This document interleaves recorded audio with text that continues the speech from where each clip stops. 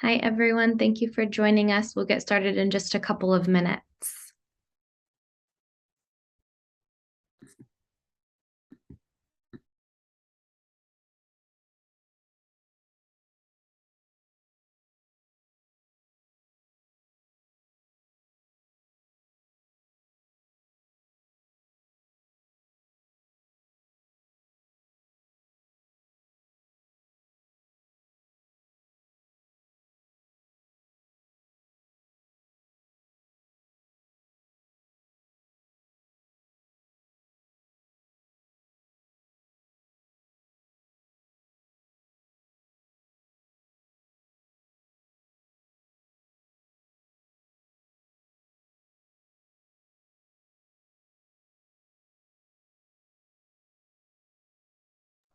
And Sophia, I'm going to make you a co-host, or actually, I might just make you the host so that you can manage to see if people need to be admitted into the room.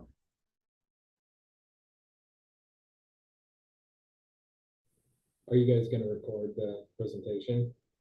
We are, yeah. We're going to record it, but actually our YouTube channel is also in here as well. So that'll get recorded.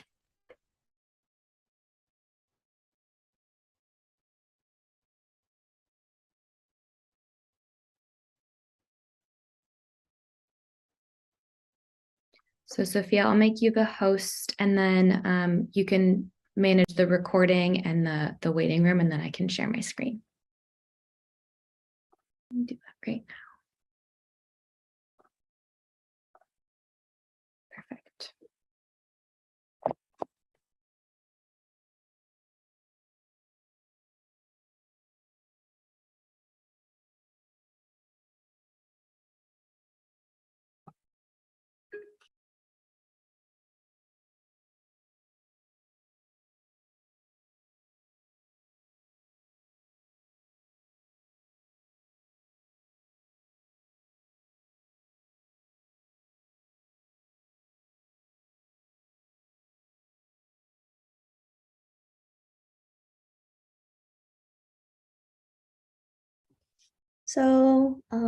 Hi everybody. Thank you so much for coming today. I really appreciate your support. And so today I'll be holding a workshop called Accessibility is Community Care, and it's a dignity infused community engagement workshop.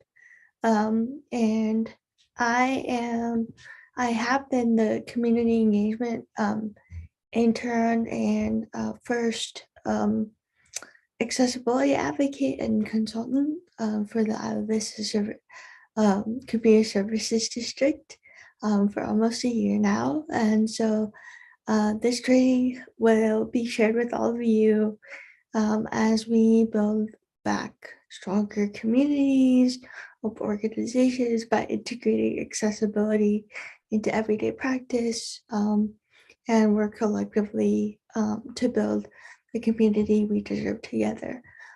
Just so you know, we purposely, you can enable closed captioning during this presentation, and we have ASL interpretation as well.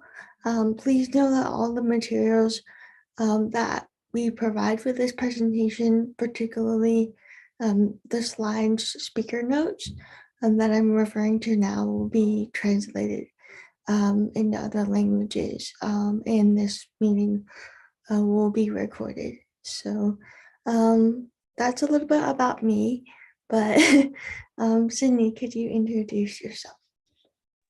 Absolutely. Hi, everyone. My name is Sydney Kessler, and I am the Community Engagement Director with Isla Vista Community Services District, and I have had the pleasure of working with Sophia for the last year. I just want to share that depending on where your organization is, this training is a really great opportunity for you to gather information and tools just to ensure that your programming, your events, all of your promotional materials are accessible and inclusive. The checklist that Sophia has created and that we'll share with you is something that I refer back to all of the time. Whether I'm planning a virtual event or an in-person event, I just really don't want to miss anything.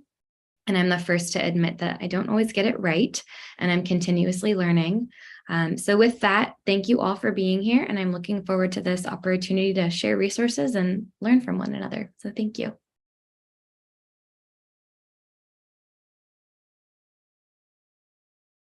Am I recording this, by the way? Just wondering.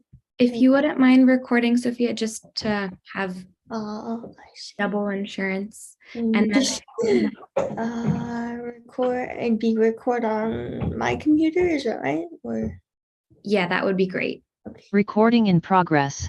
And then if you wouldn't mind just checking the waiting room as well. Let's see. I don't think there was anybody yet. I would have gotten a notification, I think. Okay, well, the first thing that I'm going to talk about is respecting and celebrating the diversity of our community, specifically in the disability community. We have unique intersectional identities and vulnerabilities, meaning things that we're more vulnerable to. And, we're at the forefront. We should be and must be at the forefront of opportunity, especially when it comes to improving resources and programs, and really thinking about more equitable, diverse future, right? And while responding to people with disabilities perspectives, insights, experiences. Unfortunately, these perspectives, as you know, because of ableism, are directly or indirectly neglected or ignored. And then speaking about how this community, right, that I'm a part of and many others are a part of, is a continuum and a growing community of human beings. We're a part of our society's natural and beautiful biological diversity. Therefore, one cannot plan affairs or have full representation of, the American workforce and so on, without considering and responding to the disabled experience. So yeah, the first video we're going to show you is about that.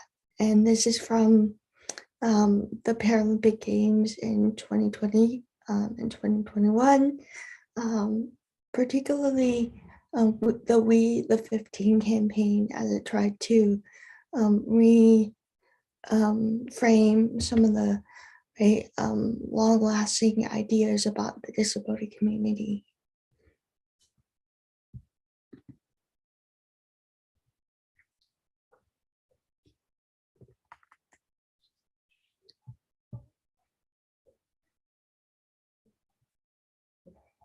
I don't think we can hear your sound, Sydney.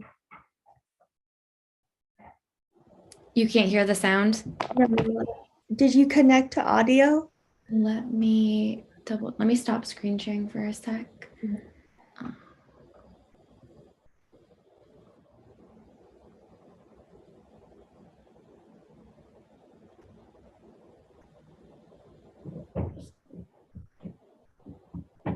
When you screen share the video, there'll be a little checkbox on the bottom to click. It's kind of small and easy to miss.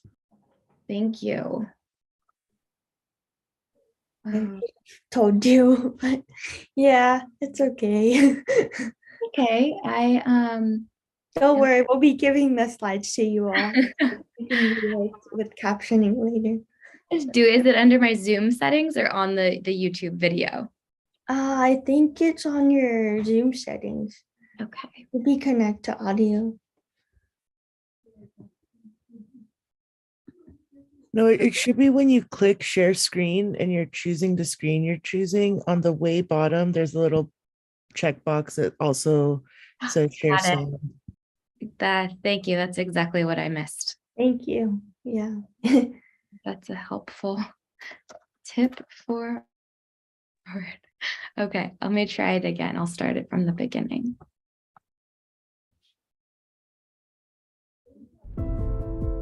You're such an inspiration. So brave. You remind me to be happy. I love that you don't let it get you down. Good for you. You break my heart. Look at you out and about. You push us all to do better. You are superheroes. Really? Yeah, we're superheroes, all right. We're getting the kids out the door on time. We push strollers. Io sono il passeggino. We break phones. But there's nothing special about us. We have mortgages. Kill houseplants. Watch reality TV. Pretend we're watching reality TV. Wir essen with duvets. Get sunburn on holiday. We're politicians and lobsters. Pension advisors. We get married. We met on a blind date. And we can laugh at ourselves too. We love our grannies. And our go-go's. We pray 5 times a day. And no, I'm not praying for a cure. I'm praying for a new handbag.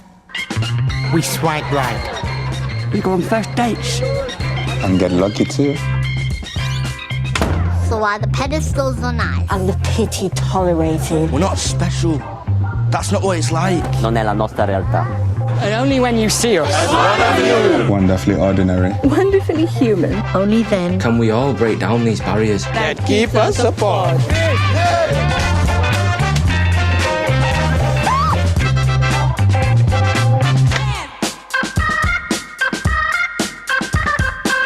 That's 1 billion people.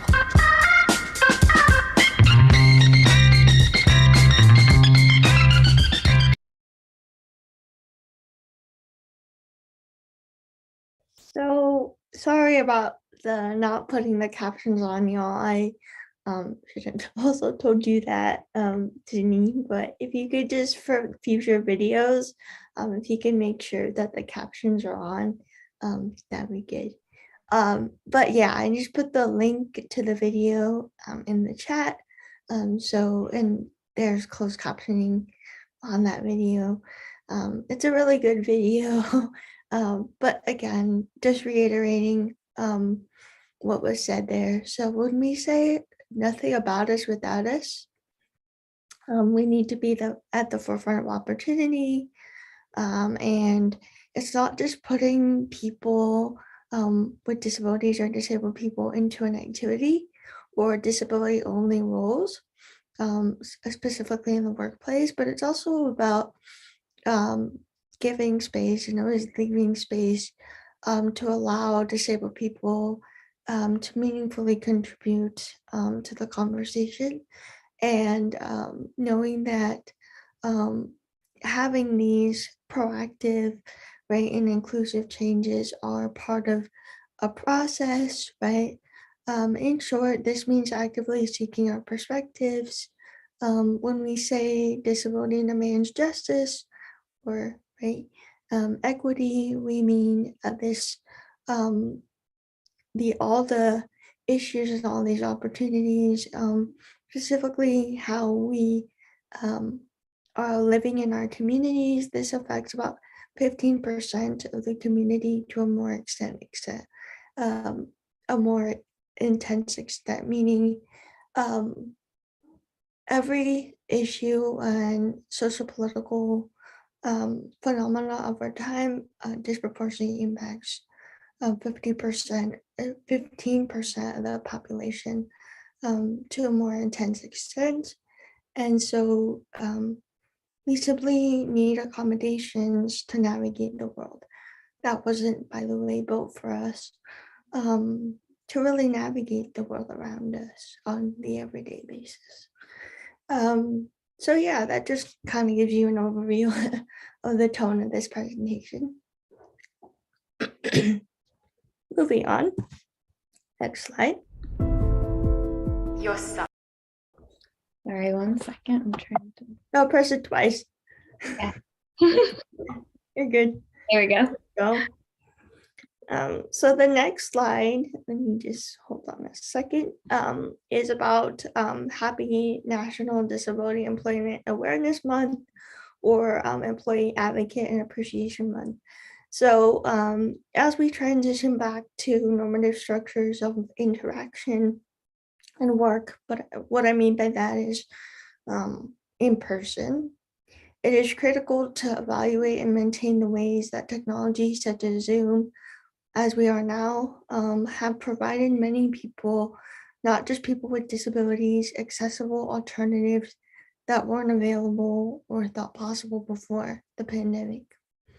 We must acknowledge that our current socio-political climate disproportionately impacts marginalized people, but especially disabled people are impacted by these crises. If physical spaces and opportunity structures continue to be inaccessible and perpetuate ableist practices and everyday ableism, it is extremely difficult for disabled folks not to be barred from career and leadership opportunities, creating a ripple effect and hindering everyone's collective commitment to attain economic stability, social connectedness, a sense of community and belonging, and value in the larger community. Hiring a diverse team includes disability. If you open access and encourage opportunities for leadership, all people, but especially leaders in the workforce, employers, etc., have an ongoing obligation to practice, prioritize, and educate each other, right, yourself, on the importance of accessibility in the workplace and the right to request workplace accommodations. So I believe Sydney has something to say about that. Thank you, Sophia. So as I mentioned, I've had the pleasure of working with Sophia for the last year alongside her internship with the district. In Sophia's role, she's worked to ensure that Isla Vista has access to resources for individuals with disabilities to thrive and to fully participate in community affairs. She compiled a very comprehensive list of community resources that's available on our website, broken up into a bunch of different categories: wellness, adaptive recreation, independent living, a lot of different resources that are available for you. You could search a Google Sheet if you're looking for something specific. So I encourage you to check that out. But I just have immense gratitude for everything that she continues to teach our team. And I'm really grateful for the partnership that Momentum provided by connecting Sophia and the CSD. So I'll just continue to advocate for other organizations to just take inspiration from this work and to create future employment opportunities within their organizations. So. Yes, and thank you for that. I want to take a moment to just thank everybody for coming, and thank you for these opportunities, because again, this is really important, especially, of course, in the education sphere. But again, it is routinely kind of erased, right? Okay, so next slide. That's just more about, why should you hire disabled people, right? And how much potential in the workforce are you losing because you're not hiring disabled people, because you're not accommodating, and you're not accessible, and you're not reaching out to disabled people directly about what kind of work environment would you want to work in. So yeah, moving on. This is a disclaimer statement. So, and you can read what's on the screen, and I will after, but while I provide various techniques that promote universal accessibility and inclusion, this workshop in no way provides all the answers to combat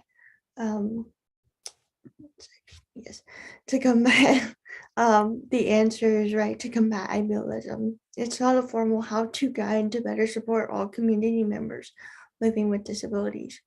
It's important to note that the content and the structure of this workshop is derived primarily from my personal lived experience as an individual in the disabled community. While I do offer recommendations here, I'm only one person. Again, emphasizing who's in the room, right? Every individual has unique suggestions, perspectives, experiences, and by the way, are different places in their disability journey. So knowing that, again, our community is extremely diverse. Every member of our community, regardless of how one communicates, must be included and feel validated. Whether you are a non-disabled person who wants to be a better friend, colleague, or educator and ally to the disability community, your intention and participation, either verbally or in the chat today, is critical to the success and proactive facilitation of today's workshop.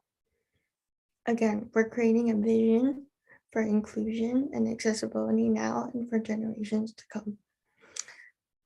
To ensure that community engagement is equitable and impactful, we provided accessibility in different ways. Given that I don't represent everyone in this community, I need you to teach me. That's why you're here today. It is this communal reciprocal process of educating and caring for each other that is core to this workshop. We'd also like to acknowledge that many, or if not most people, are not educated on disability, the lives of disabled people, or disability history or culture. Because, as I said before, we tend to be erased as a largest marginalized, stigmatized population in society, and overlooked and our potential ignored, which, disabled people, deserve to be leaders in our communities. That's what we've done here. And if you think, right, that, of course, you're a part of this collective commitment, it'll be inevitably challenging, but this is how we move forward. Together, of course, this is a safe space to address your concerns, your hopes for the future, and correct your mistakes. Communicate your frustrations and ask questions. On behalf of the Isla Vista Services Community Service District, I hope this workshop will prompt you and inspire you all to start thinking critically about disability allyship, inclusion, neurodiversity, equity, either in the workplace or in educational settings, universal accessibility, so that we can build the community we all deserve that is more accessible and inclusive for everyone. And again, access is a process. I will just emphasize that, and a collective commitment. Next slide.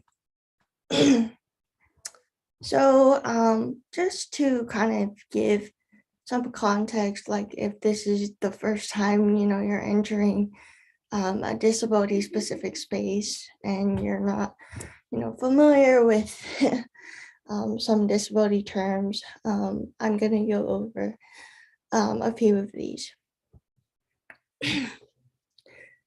So the first is ableism, or able non-disabled privilege. This describes everyday discrimination that people with disabilities or disabled people experience and are not given access, such as participation, resources, and opportunities. And that is prioritized over non-disabled people, right? Non-disabled people are prioritized over disabled people. And ableism is the intentional or unintentional discrimination or oppression of individuals with disabilities. This can be institutional, interpersonal, or internalized. The next is what are access support needs, and how is this different from the term that we use still in our community, special needs. So how is that different, right?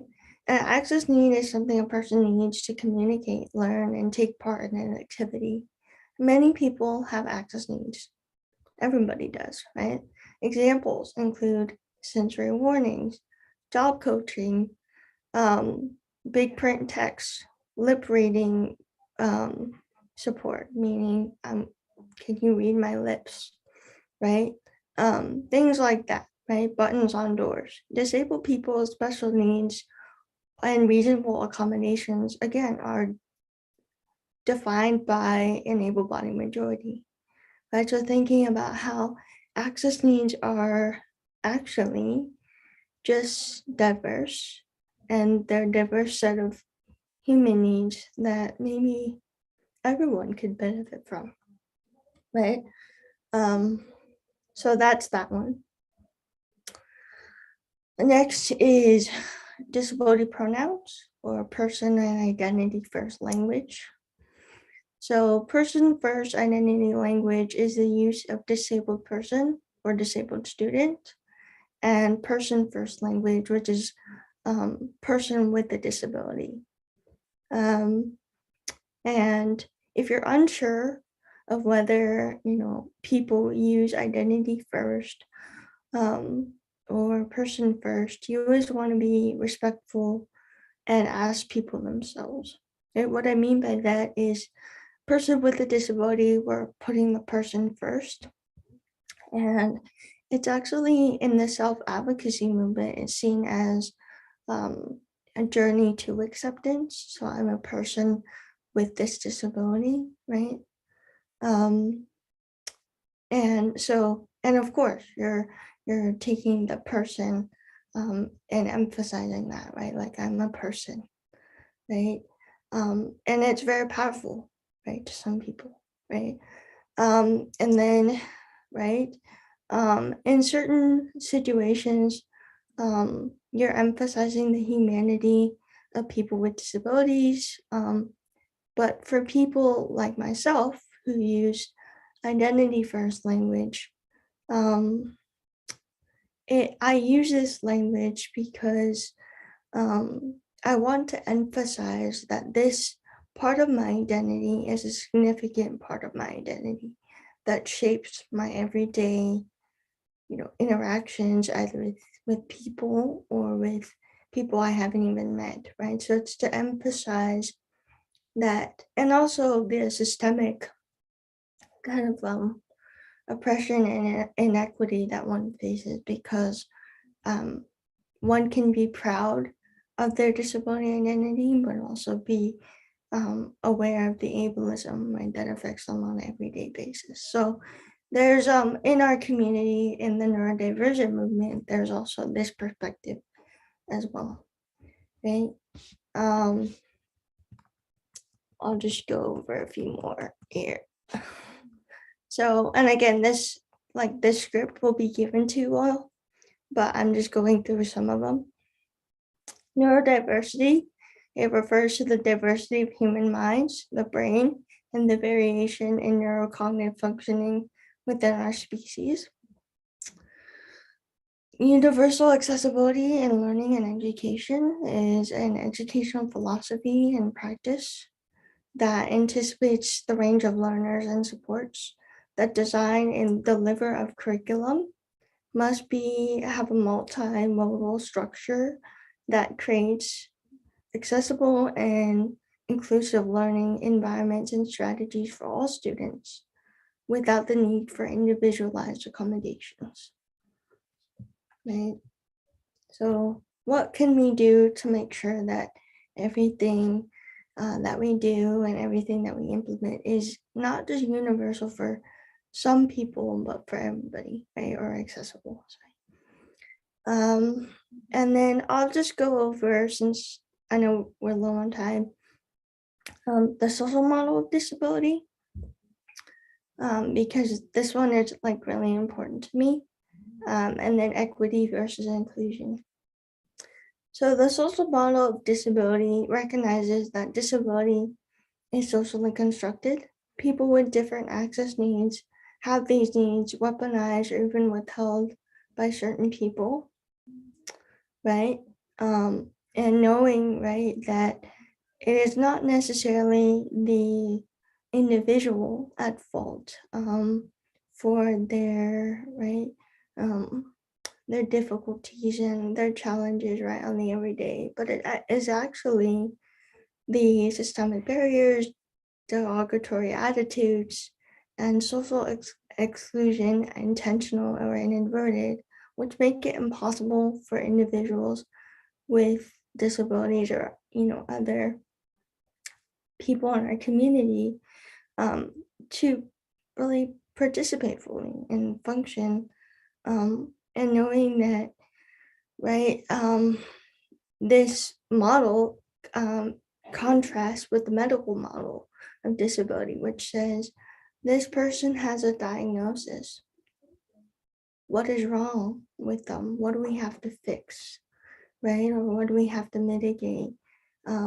Which I think this is a more social science approach to it, but right, while physical, sensory, intellectual, or psychological variation may cause individual functional limitation or impairment, this does not necessarily have to lead to disability unless society fails to take account of and include people regardless of these individual differences. So that's the social model of disability. And then the last one, which is equity versus inclusion. So equity and inclusion we throw around a lot, right? But in my training with the Autism Self-Advocacy Network and other places, I was fortunate to learn the difference, right? So equity is, what are the barriers that, certain people in our community face, and how do we mitigate and advocate for the most disenfranchised? So for example, for Black folk, right, who have historically been barred from voting opportunities, right? If we know that that's the case, how do we collectively work together to make sure that the historical inaccessibility of these polling places, if we know it's high, how do we dismantle these barriers as a community, right? And then inclusion, it says, who is not in this space, right? So when we look in leadership spaces, who is not present, right? And how do we make sure that these voices and perspectives that are supposedly supposed to be in the room, but really never are communicated, right?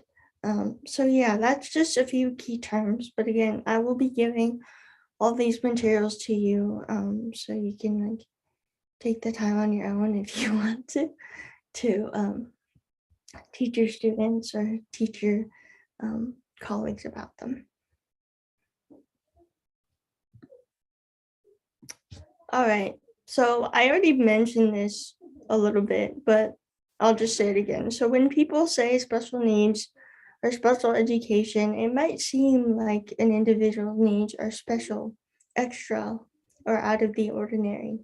However, everyone has unique needs, including you, who may not have a disability, and experiences, ability levels, strengths, limitations. And so these access needs are actually human needs. So instead of using, right, special need or special need educator, you could say something like universal accessibility design specialist, or universal design in learning, educator or something like that, right? And just the power of language, I think, is what I'm trying to emphasize here. But okay, next slide.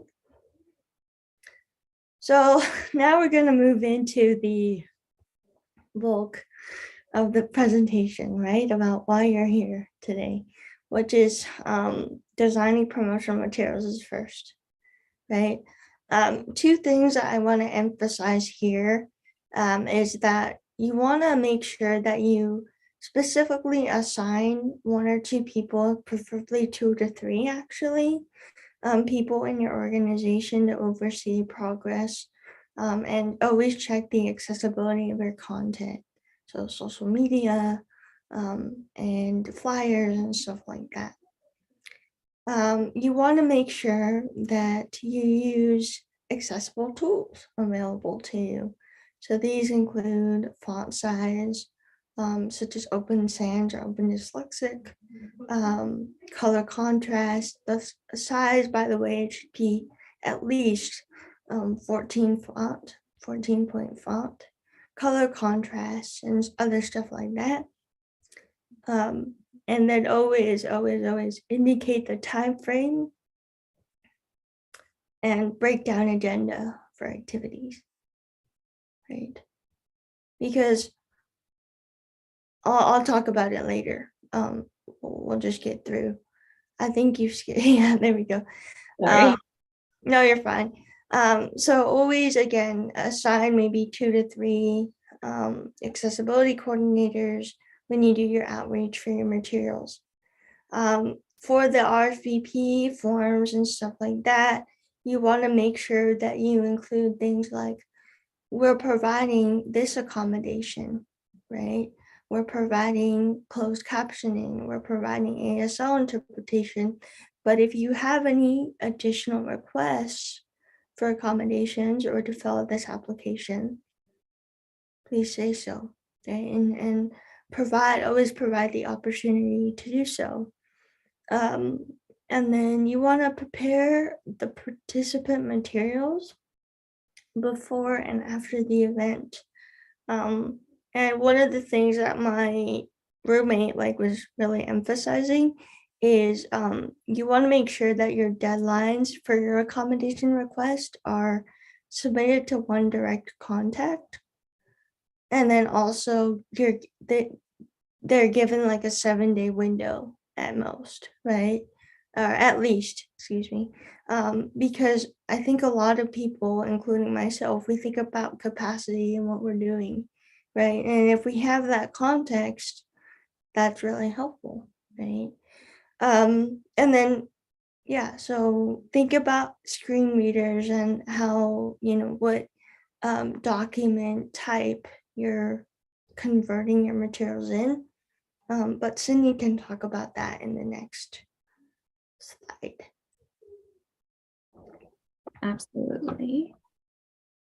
So this is a really good example of what I was doing before versus what I know now. Sophia has taught me a great deal about the importance of what language to include to just ensure that our materials are accessible. So this first example just shows, the name of the event, the date, the time, where, and why to join. Very, very simple, very, very basic. No contact information, no accessibility information, nothing. So now, which I think there's 2, we always try to ensure that we have a contact. So the kind of snippet is, for any additional accommodations, please contact. And then it's always really good to put a phone number and an email. If your event, this was for an in-person event, so we listed the accommodations that were available on site. So we had wheelchair accessibility and parking available. We outlined what interpretation, so Spanish, Mandarin, and ASL interpretation were available at this workshop. We had childcare, and then we provided dinner, and we outlined that there would be vegan and gluten-free options. So as much information as you can, because that's how people prepare and kind of can outline, their day moving into this event and the success of actually attending.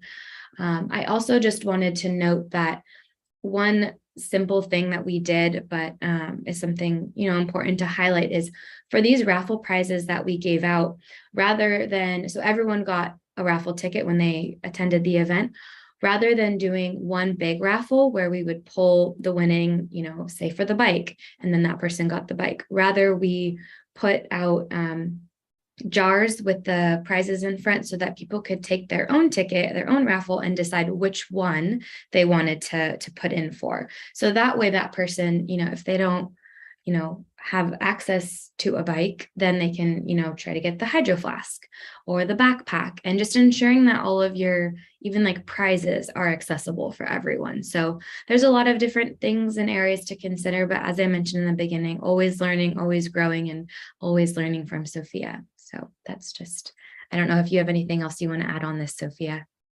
Yeah, just gonna say, like, it was definitely, you could see that there's a drastic difference, right? If you put access information, there was also a lot of appreciation to me and to Sydney about, like, thank you for thinking about that, right? Like, somebody is looking out for me, and my family member, right, my loved one, who, we made it out here today so we could do this event, and I really enjoyed my time, right? But the main thing I think to emphasize is always remember the ease and just the how people navigate an event and how easy that is or not. Moving on. Okay, so we're going to talk about social media posts briefly and uploading your videos and your recordings. So, including alt text or general image description, audio descriptions on videos, and providing closed captioning and other format alternatives to account for inaccurate transcription. Because as you know, not every transcription service is 100% perfect, which it's a bummer, but it's just something you have to consider, right? Indicate your tone of voice, right, when you write a post, because often you're like, are you excited? Are you sad, right? It can be hard to tell, right, for some people. And then describing your emojis for people who are blind and visually impaired. Again, these are some things that I've learned from working with my students, but they're really helpful. And again, just emphasizing the importance of like font choice and color contrast, right? Audio accessibility, providing closed captioning and transcripts of speech and behavior, such as, oh, she's putting something in the cabinet, or, oh, Sophia, she's saying this, for example. And, I think that really helps, even for people who, might not have disabilities, they might find that helpful too, because what are they doing? And then collecting feedback on accessibility anytime during the year. So you don't have to, limit yourself to one particular time, after an event. You could just say, we have this service, right? We have this place on our website where we can communicate, or you can communicate your accessibility concerns regarding this event. And this was just a funny thing that I found on LinkedIn, but it says not using a capital letter for each word and hashtags. So it's not accessible for people with screen readers, those with visual impairments, dyslexia, and cognitive disabilities. Create hashtags like this. Stop making people play hashtag Scrabble. So it's it's again, it's the small things that you can do in your student staff, and you can do to help with that, and providing again that little extra just time and care really does make a difference. Moving on. So here we're going to take a break. And by the way, it says these, they already have captions in them, I think. So it's fine. But one is about caring across generations. They do a lot of work on, they're a nonprofit. They do a lot on what does care mean, for the elderly, but also for young people and for families, really, and how we work together to, create a more caring economy and a world, right? And then the other one is released by the Floor Foundation. It's about it's by writer and scholar Alice Wall, who she's at the forefront of a lot of like disability justice work, and so they have a whole series on disability inclusion, and that one specifically is about exercising your rights and voting. So yeah, you can take a break, I guess, stretch, and then if you want to, you can watch these videos. Remember when I had a goatee? I'd rather not. This is not my home. I want to go home. I know you do, Mom.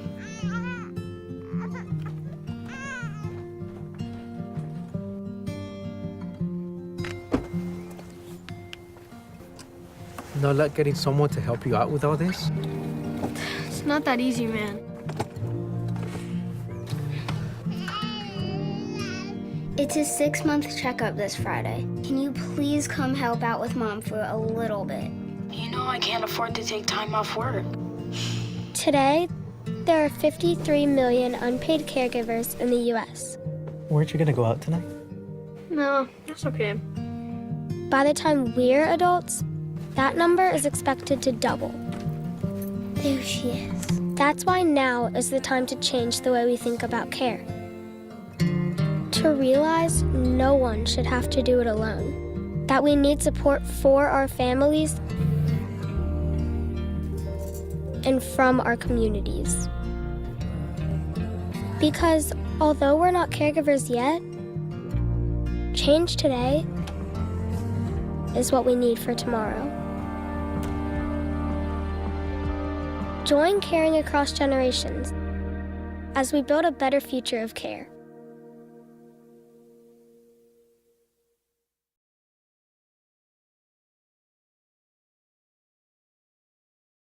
All people need to be able to exercise. People need to be able to exercise their right to speak out, their right to vote, their right to make their voices heard. Oftentimes, physical barriers, attitudinal barriers, and policy barriers really prevent people with disabilities to be full participants in our society. My name is Alice Wong. There are still a lot of barriers that people with disabilities face in political participation. For example, in 2012, over 30% of people with disabilities reported difficulty voting compared to 8% of non-disabled people. People with disabilities are still facing numerous barriers, whether it's at the polling station, whether it's filling out an absentee ballot, or whether they're even allowed to vote because there are people with intellectual and developmental disabilities, many of whom are under guardianship for various reasons. Many judges bar people under guardianship from voting, and I think that's another huge human rights issue. They may need assistance with decision making, but that doesn't mean they don't have an idea of who they want to vote for, or, a desire to vote for somebody. People with disabilities have a voice, whether it's an actual literal voice or not. People have thoughts, people have desires, people want to be involved. That's the work that needs to be done.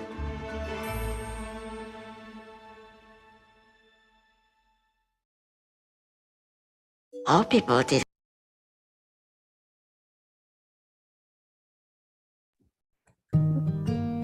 Remember when I think you hit it twice and it moves on.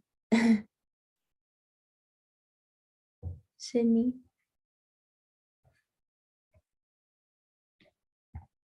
Sorry, Sophia, give me 1 sec. For some reason, I lost this. Okay, let me screen share again. 1 sec.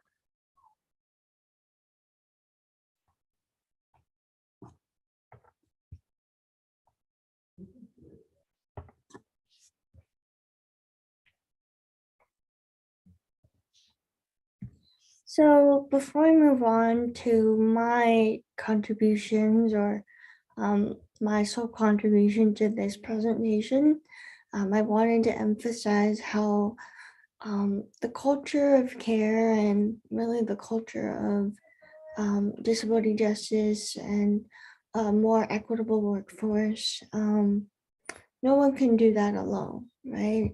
And I think that, these videos do a really good job of illustrating exactly that. So knowing that each person with a disability and each person in your life, including you, has a support system and has a network of people, right? And needs a network of people to be able to really feel included and be the leader that they deserve. So anyway, the next part of this presentation is about dimensions of accessibility in practice. So this is something that I created from my personal experience as a leader and with other students, and thinking about what does universal design for learning, active listening, and ongoing communication look like, right? So thinking about the different dimensions of accessibility in practice, we have printed and digital materials, meaning I'll get to it in a sec, but the materials that you're giving people, the physical environment in a virtual space, and then the last one is related to culture and the logistical processes and strategic planning that comes from accessibility. And yeah, we'll go into depth right now what that means. Next slide. So what do I mean when I say printed or digital materials? These include things like our website that I took a bulk of my time to update. Converting and modifying shared files. So things like thinking about screen readers again, or people that use, text to speech, and thinking about how, you can create accessible PDFs and Word documents, and always be mindful of that, right? Providing notes, a note taker, and resources. Having presentation slides available. Having directions for physical navigation, things like bathrooms, emergency exits, often are not outlined on a map for people with disabilities and disabled people, and sometimes it can get very, very frustrating, especially if you're in an urgent situation. Accessibility and information and request forms. So again, you can look at some of the resources I'll be providing, but there's examples of that, right? And then RSVP forms, like we did for all of you, and then feedback forms and things after the event, right? Next slide. What do I mean when I say core principles, logistical and operational processes, and strategic planning? So this means to inform community values, open avenues for connection, principles and guidelines that inform and develop into an ideal or aspiring organizational culture. These practices include things like considering and asking about access needs at the beginning of an event and planning it in the process, right? Establishing expectations and community guidelines before, everyone meets each other. Closing feedback loops, I'll go into that in a sec. Notifying attendees of events at least a few days in advance, ideally longer, for scheduling purposes. Providing availability and context to request access accommodation, ideally, again, 2 to 3 people with both their email and their phone number. Being transparent about writing and debriefing emails after events or meetings, and being considerate and respectful of inequities and access barriers that we typically, right, we use dominant verbal communication, right? And typically, visual learning styles, but be aware, right, that not everyone uses that. And some people might even have different learning and communication styles that conflict with each other, but that's okay. So again, providing forms of communication for these non-dominant communication styles, such as visual indicators, name tag, for example, and asking people whether they use, again, person first or identity first language. So again, this is all part of logistical stuff, and it's also part of creating a more inclusive and accessible and diverse campus culture or institutional culture. Next and last thing is the physical environment. So having wheelchair accessibility information, that is something that I see time and time again. Nobody really thinks about. So when it comes to accessible parking or wheelchair ramps and stuff, they just don't have that. Wide doorways and ramps. This could be especially helpful for people in wheelchairs, but also people who use ASL interpretation and that want a solid flow of communication as well. Knowing where the ramps are is really important during an emergency. Having door buttons and investing in movable furniture. But what I mean by that is for people who have either used wheelchairs or they need to take a break or they have seizures and that could happen at any time, it's important that you consider that your furniture can be moved out of the way. And so, which is not something I think that people are particularly aware of, but you need to move furniture and you need to like open the windows if somebody has a seizure, right? And providing ample seating. Where is it? Where can I sit and take a break? Enabling closed captioning and having audio descriptions. Having breaks and cameras being off, allowed at any time. Hosting events on the first floor of something, right, or outside. Providing directions for elevators, such that it's the same thing, so for wheelchair accessibility information. Knowing that light should be dimmed, right, or should be allowed to be dimmed, and warnings are given before and after lights are turned off and on, or loud noises happen. For people with sensory needs, hypersensitivity, things like that, right? People, they often don't think, they're like, what, Sophia, why are you always in the dark?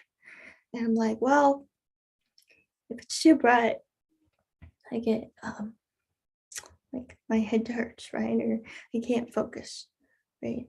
And then encouraging scent-free attendance to avoid triggering allergies and again, hypersensitivity. But again, these are just some of the examples, but yeah, they're really important. Next slide. Okay. Last thing I'm gonna go over, I'm not gonna go over like every single one, but sorry about that. I'm not gonna go over every single one, but this is important, right? So attempting to speak clearly, slowly, and with enunciation for automatic captioning services like CART to accurately transcribe. So my students, I was like, you're talking too fast, I didn't get that. Okay, I'll slow down. Does anyone have any questions? Can be transformed as a question into what questions or comments do you have particularly about this topic, right? This particular, right? And facilitating that one-on-one interaction and using, right, the waiting room function or using that kind of way of, right, monitoring the one-on-one interaction, because sometimes, these things can be very personal and private for the time being, and you want that, right? So, and then having like a third party facilitator can be helpful. What did I mean when I said closing the feedback loops? Following up with questions about concerns that were not addressed yet, and keep track of those concerns by writing them down. You're practicing emphatic and active listening, meaning repeating what others said, and then, being aware of, oh, that was a concern, right? Conducting check-ins with your students about open understanding, innovation, and clarification, like if they have an idea, right? Or this works better for me, thank you very much, right? Encouraging conflict resolution, harm reduction, and nonviolent communication, asking these questions. How can I communicate better with you, right? Or how would this benefit you? Or, and what would you or everyone rather benefit from? So that way you're not like outcasting somebody, right? You're addressing the whole group collectively. Okay, next slide. I will not go over this, but again, it's just a reiteration of past slides, and I would encourage you to keep this if you're planning virtual meetings. Next slide. Okay, we're gonna get to the important part, especially because we're back in person, right? I will go over some of these, right? Provide a plan of and a variety of options of activities that are accessible for everyone to optimize participation. So something that I've learned is that people won't take the energy and the time to come to an event if that primary event is not accessible to them, right? So when people say, oh, Sophia, we're gonna have a beach party, I'm like, well, good for you, but I can't come, right? So that's really important, right? Indicate where accessible parking is, bathrooms and emergency support people should always be there on staff. Okay, and then evaluate if you want to organize and categorize the type of people and the types of events you tend to host or you're anticipating you're hosting for a given year. So things such as entertainment, is it outreach, is it a workshop, is it basic needs distribution for resources and stuff like that. Allowing people and their loved ones priority to resources so that we don't have to wait in long line and they get more and more agitated. Yeah, that's really important. An example of universal accessibility is having universal, foreign language interpretation requests, but then having that contact information, right? And providing information in, of course, non-English language. Next thing, write and provide plain language and alternate formatted, such as Braille, black and white, and large print options, or any documents necessary for participants. This may include RSVP and registration forms, accommodation information or request forms, listing your care network of contacts, feedback forms for after an event, navigational materials and directions and instructions, speaker descriptions and bios. So if you're having a panel and you want people to have that context of who's speaking, we did that for one of our events at UCSB, but it really did help, right? Because then they didn't have to research these people themselves. And then sensory feature details. So are you turning on lights? Are you having loud music? Are you, I don't know, have people doing an activity that requires some kind of sensory related warning of some kind, right? And then of course, like Sydney was saying earlier, just food allergies and dietary restrictions. Yeah, again, that's an example of universal accessibility because protects everybody. Next slide. Okay. Always consider the pace, sensory environment, and physicality, meaning how much physical energy am I going to expend by doing this event? Like Sydney said, think about people's schedules, right? Ensuring that all furniture is mobile. I've already explained that, right? People with epilepsy and people who can't reach podiums, by the way, this is a common problem, but people that can't reach podiums, right? They need a wireless microphone or a microphone that is not clipped, but rather handheld. So that's something to think about.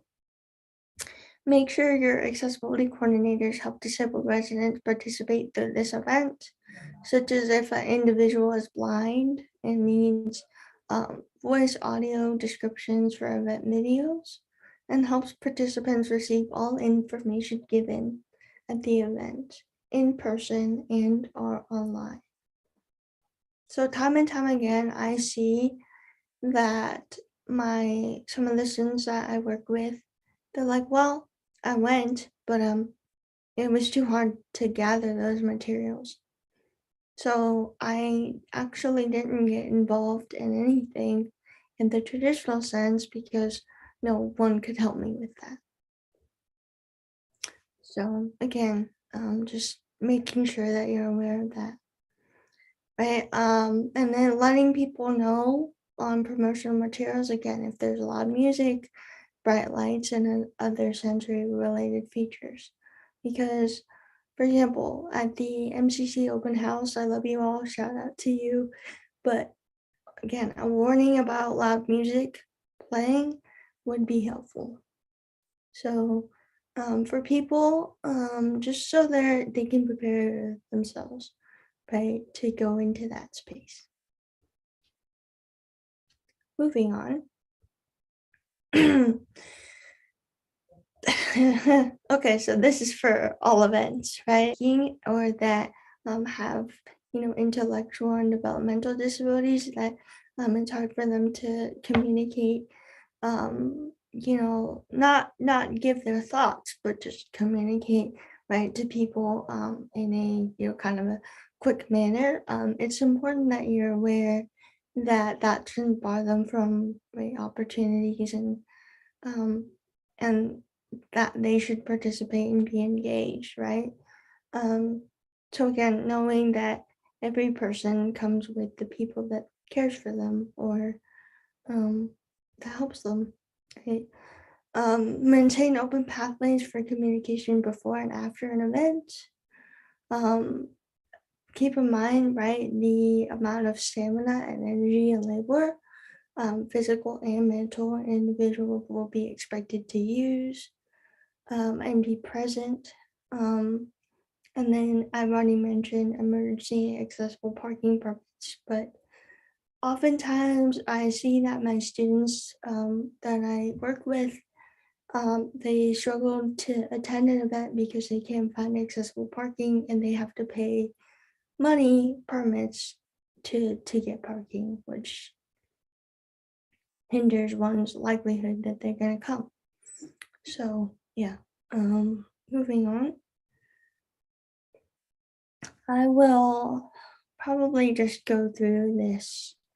Create and distribute multiple ways to connect.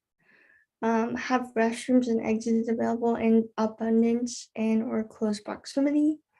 And ideally, they're gender neutral or single user bathrooms for people that need space. Always write acronyms of colors for people with color blindness because sometimes somebody does that and it's like, okay, well, I can't follow, right? Always provide clear schedule and breaks in your events to attendees like we did today, especially for interpreters that have to switch, right? Or have to be there like the whole time.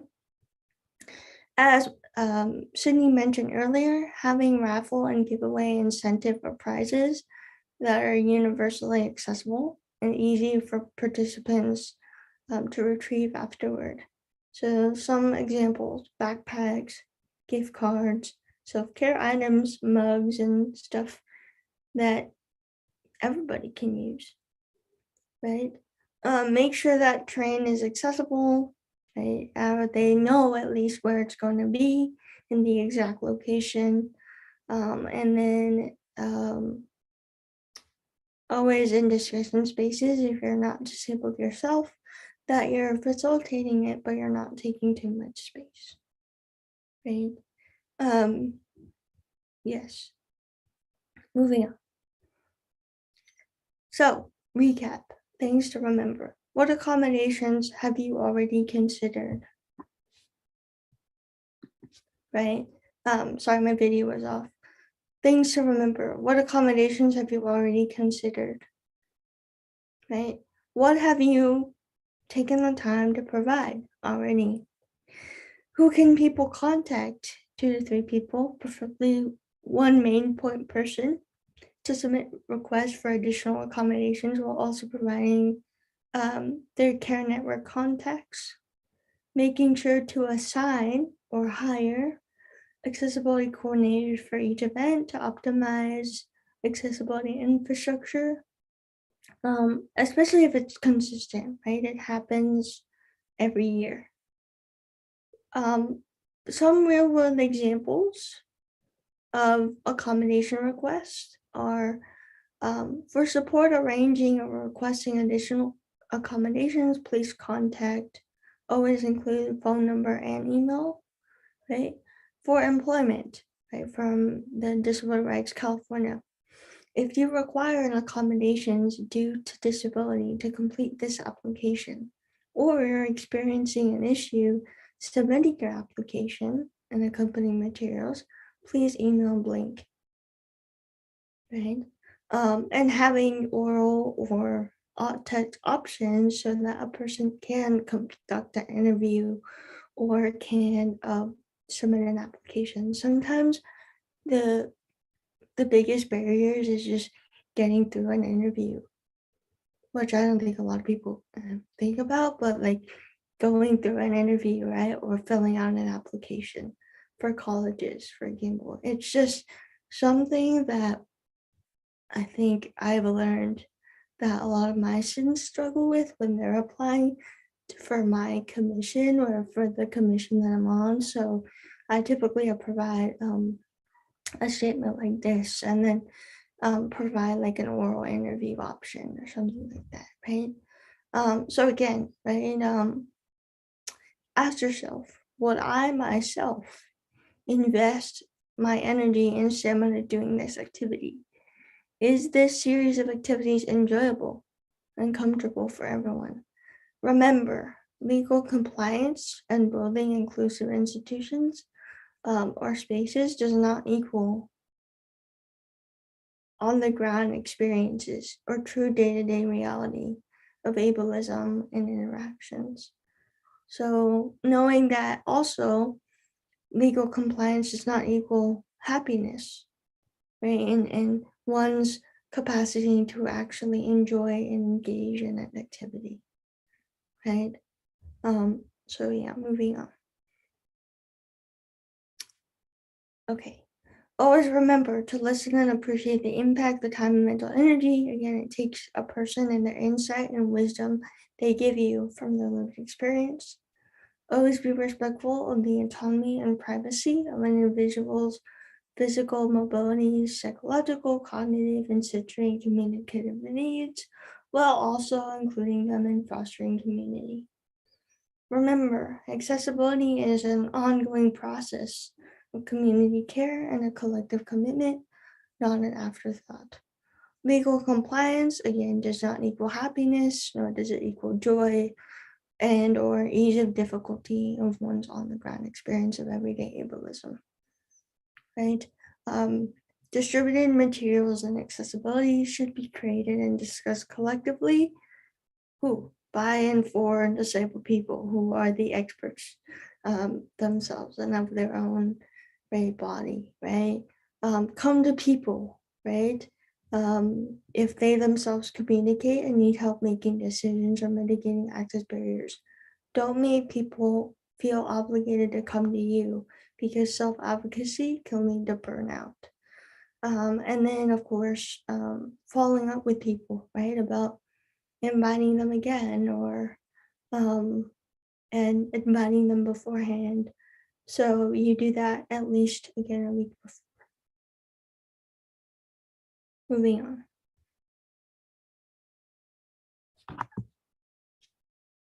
So now we're gonna have a Q&A. Feel free to ask me any questions or send me any questions. And yeah, if you have to leave, that's totally fine. I totally understand. Thank you.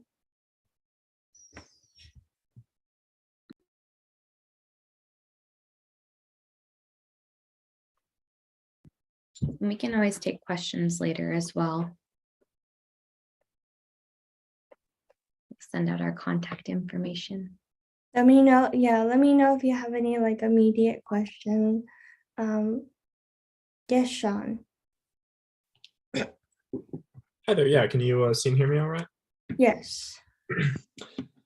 So my question is, if you have any suggestions for how smaller groups who don't necessarily have significant resources could most effectively institute like maximum accessibility into their organizations. I'm a member of a couple on-campus organizations that don't necessarily have too many resources. And of course, all of these sorts of things are best when you have a lot of resources and time and work effort to allocate in those areas. Do you have any ideas as to like how specifically would be the best for smaller groups to increase their accessibility? Yeah, so I'm glad that you asked this, because I'm actually a part of a student group at UCSB who also has very limited resources and very limited funding. So I know firsthand just like, how do we do that if we don't? One of the things I would first do is definitely thinking about, if you don't have the physical resources, that you think about the culture that you want to create. So thinking about the what I talked about just now about like operational, right, processes, there are ways, as I mentioned in the presentation, that you can still maximize, right, accessibility and not necessarily have any money, or need any money for that matter. And then also thinking about what I just said, which is creating a culture, right, that prioritizes inclusion and accessibility. Asking people, what would make this experience more enjoyable and more accessible to you? And then creating those community guidelines that will center what that actually will look like, right? I don't necessarily, a lot of times, right, like in administrative spaces and stuff like that, I'll get questions like, well, Sophia, we don't have the money for that, right? And I'll be like, well, if you can't get money for like door buttons, right? How can you in the future build a community network and community, right, of network of people behind you to be able to maybe support that effort one day, right? Because right now I'm a part of a student group that doesn't have a lot of money, right, to do some of the things that we wanted to do, but knowing that we have people behind us and people in leadership that are like, oh yeah, we should prioritize money for that, is really important, right? So I would say start there. Does that sound good? Oh yeah, no, thank you very much for that answer. I appreciate it.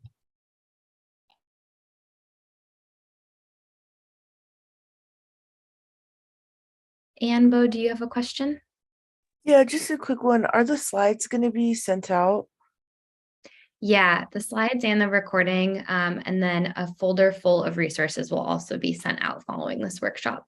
Awesome. Thank you. And Sophia, I see a question in the chat that I'll just read out loud. The IV flyer example was insightful to my question. I wonder if you have more insights into what organizers of outdoor activities, like volunteering to weed or plant seedlings at a food forest or harvest forest at a campus farm, should keep in mind to make these events more accessible. And thank you, Amanda, for your question.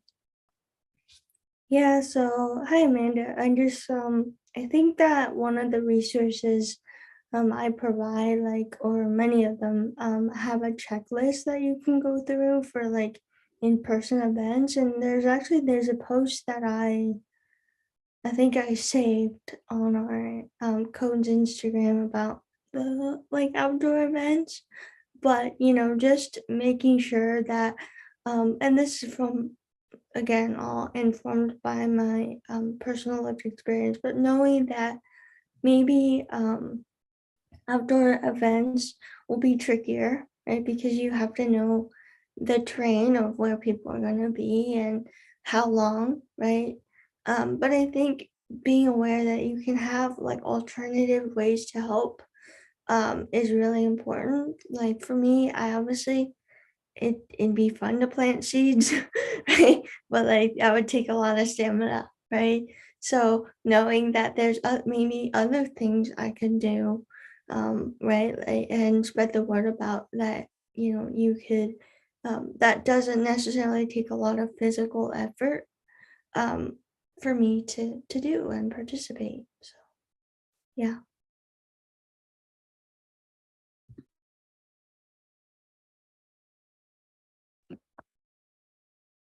Other questions? Excuse me. Any other questions?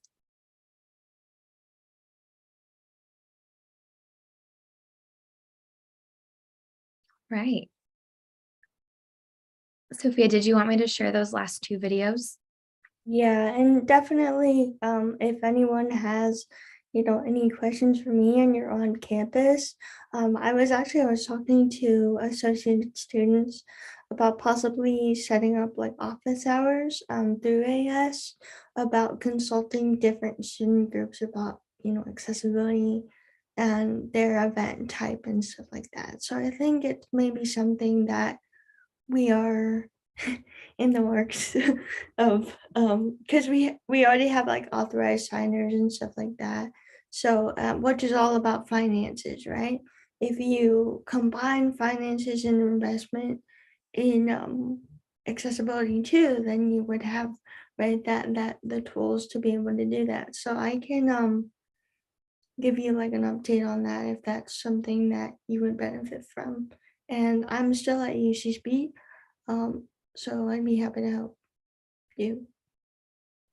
And then we'll also be sharing a ton of resources that other organizations that are off campus can take advantage of. And if you have questions, please reach out to us. We're happy to help. So let me set up this last video and then I will share my screen.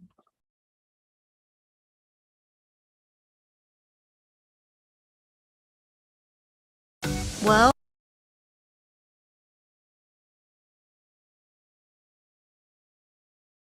for many of us, disability is an identity. And a community and a culture. Both a socially constructed identity and also an identity that people choose and even celebrate. You see, disability is a natural part of the human experience. Not a problem to fix. or an issue you can choose not to focus on. So, why is it important to see it this way? Well, 15% of the world's population is living with a disability or disabilities. And each of those people have parents, or siblings, or children. Disability can and does affect all of us. It cuts across age, race, gender, and ethnicity. It's something you can be born with or acquire at any point in your life. And because disability itself is hugely diverse, there are infinite ways in which we live and experience the world. We often talk about the importance of bringing your whole self to the table. But what happens when part of who we are is less welcome? When we value people without disabilities over people with disabilities. This is called ableism. Ingrained attitudes continue to degrade and stigmatize people with disabilities. While it's common to use language like insane, Or lame. or dumb, these terms label people with disabilities as deficient and inferior and undermine our collective work toward justice. Now, on top of understanding the effects of ableism, there's something else it's important to know. Although disability can affect all of us, it does not affect all of us equally. inequity is exacerbated for disabled people who are members of other minority groups.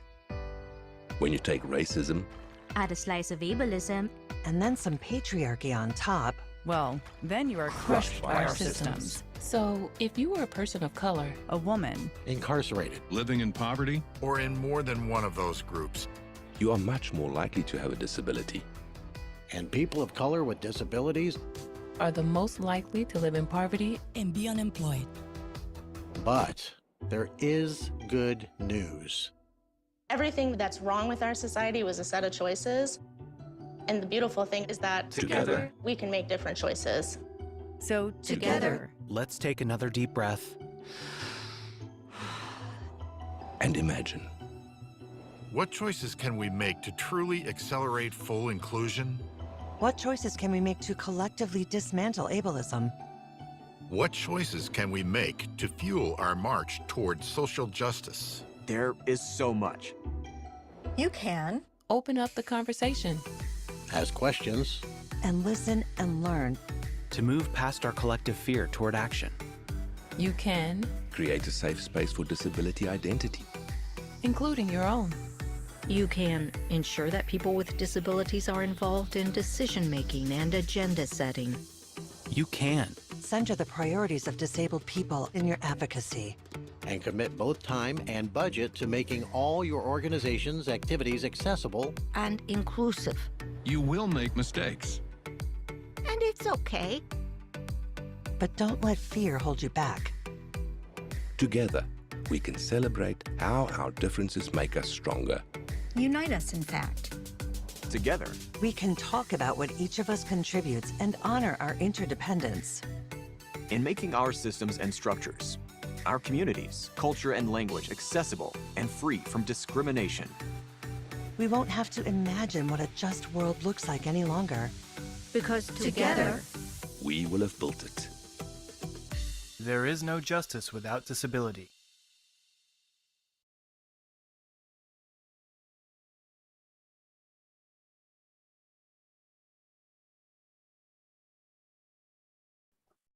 You can play the other one if you want to. Yeah, I'll just note that I know that we're at 1:30, so if anyone has to hop off, that's no problem. But we'll play the end of the video or this last video before wrapping up.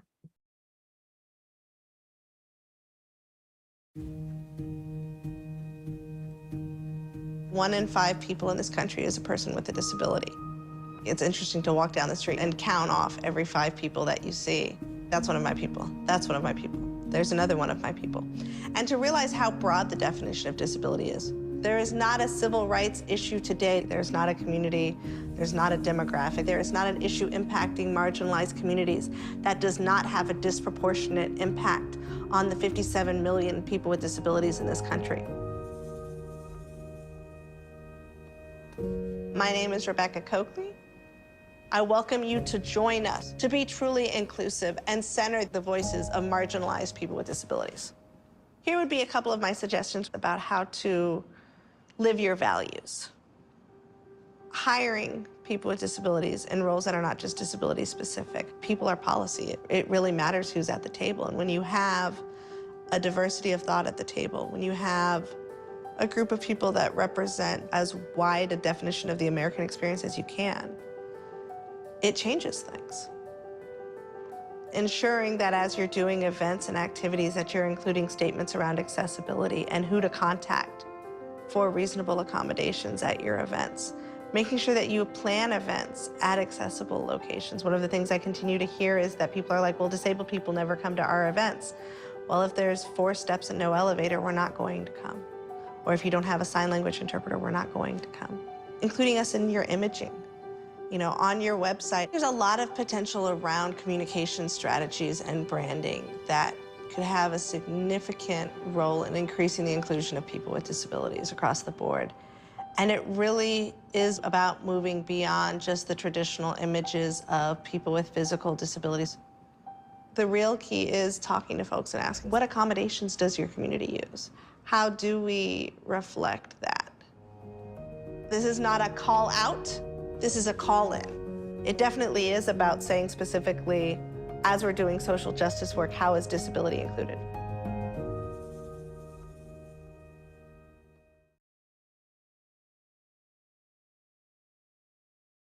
Okay, well, I just wanted to thank everyone for coming today, and I thought, or I hope that this presentation was helpful, or you saw parts of it that you could like implement in your organization. But again, like if you have any questions, I'll be giving you my contact. But again, it's a collective process and commitment. So even if you have made mistakes, it's okay, you know. I think that as we move to in-person from this pandemic, it's important to realize how important, right, accessibility is to social justice work. And yeah, with that, I think we're done. Thanks, everyone. Have a good rest of your day and a wonderful weekend. Bye.